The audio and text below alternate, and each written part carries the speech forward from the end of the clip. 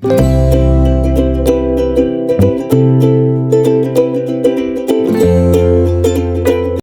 hello, salam sejahtera. Oke, saya kongsikan kepada Anda produk-produk yang saya tag dalam video saya. Ini adalah Jeep Buluwo Men Sling Bag. Ramai yang minat bag ini, Jeep Buluwo Men Sling Bag. Kita ada Korean style glasses ataupun kacamata style Korean yang sangat viral di media sosial. Kita juga ada NY Head Bucket. Boleh guna di mana-mana, jalan-jalan, nak memancing boleh guna.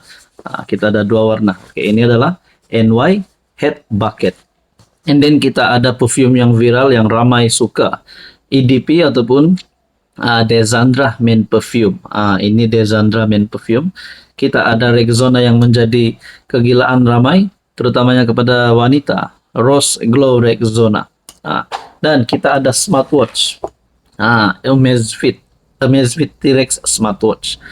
Semua produk ini saya tag dalam video, Anda boleh semak. Hai, hello, salam sejahtera Malaysia. Selamat datang ke channel Fels Lifestyle. Terima kasih kerana terus setia dan terus bersama di dalam channel ini.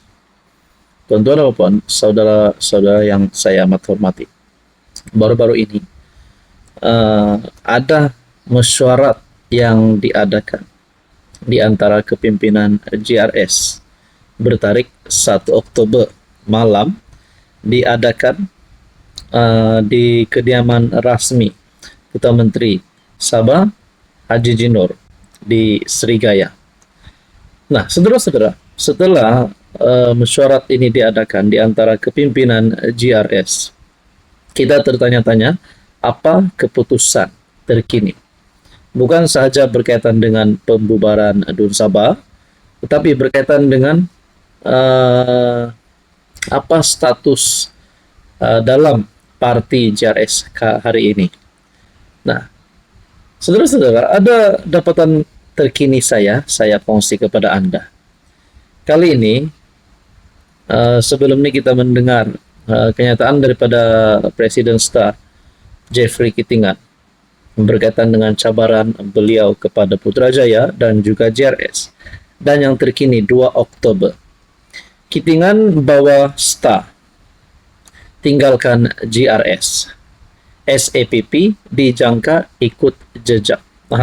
Adakah ini adalah salah satu keputusan yang dicapai melalui meeting di antara kepimpinan GRS bersama Ketua Menteri Sabah itu? Oke, sebelum saya teruskan, saya kongsikan kepada Anda. Ini adalah terapi imun ataupun transfer factor.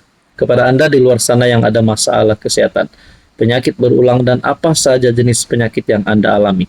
Mungkin terapi imun adalah jawaban kepada doa Anda. Sakit pinggang, sakit bahu, kencing manis, kolesterol, darah tinggi, dan macam-macam lagi. Anda boleh mendapatkan maklumat tentang terapi imun. Anda boleh menghubungi saya di nomor yang tertera. STA Sabah, Parti Solidariti Tanah Airku, dijangka keluar meninggalkan GRS susulan pertemuan tertutup selama 3 jam antara pemimpin parti itu malam tadi. Di mana malam tadi maksudnya pada 1 Oktober. Parti Maju Sabah SAPP juga berkemungkinan akan menyusul dengan kedua-dua pihak, dijangka memuktamadkan keputusan mereka dalam masa terdekat. Presiden STA Sabah Jeffrey Kitingan yang sebelum ini memberi amaran akan meninggalkan GRS jika terlalu banyak kerusi negeri diberikan kepada sekutu persekutuan Pakatan Harapan, mengesahkan pagi Kamis bahwa partinya sudah membuat keputusan. Ya, kami sudah buat pendirian. Sangat jelas katanya ketika dihubungi. Tiada kira-kira angka. Mereka coba memujuk kami, tetapi tiada pertengkaran. Ia berlangsung dengan secara baik dan hormat, penuh hormat. Presiden SAPP Yong Tek Lee ketika dihubungi berkata, dia akan menunggu pengumuman rasmi daripada STA sebelum mengumumkan langkah seterus partinya. Adakah dengan ini GRS dan SAPP 90% akan keluar GRS? Persoalannya, kalau STA dan SAPP keluar, adakah mereka akan membentuk gabungan baru yang bakal menggegar PRN 17 Sabah? Ataupun mereka sebenarnya keluar daripada GRS lebih menjadikan parti mereka dalam keadaan yang susah nak menang dengan bertanding sendiri. Nah, itu menjadi persoalannya. Melainkan STA ataupun SCPP ataupun kedua-duanya mengadakan kerjasama mungkin dengan warisan, mungkin juga dengan AMNO Sabah, BN Sabah. Nah, kita tidak tahu. Apapun, ini menunjukkan bahwa ada konflik dalaman JRS. Pada pendapat saya lah, pada pendapat saya mungkin ada beberapa perkara yang kita pun tidak tahu, perkara dalaman parti yang membuatkan Jeffrey dan SAPP, STA dan SAPP bertindak nak tinggalkan JRS. Menurut Anda, saudara-saudara, adakah ini akan menjadi penyebab kepada kekalahan JRS pada PRN 17? Dah hampir PRN 17, kita dengarlah pula berita begini. Saudara-saudara, apa komen Anda? Salam sejahtera Malaysia, selamat datang ke channel Fels Lifestyle. Terima kasih kerana terus bersama di dalam channel ini. Kepada baru, saya mengucapkan selamat datang. Tuan-tuan, antara berita yang menggemparkan kita, yang melibatkan nama ataupun kes berprofil tinggi, antaranya adalah pelucutan uang RM169 juta yang terkait dengan bekas Perdana Menteri ke-9 Ismail Sabri Yaakob dan bekas pembantunya.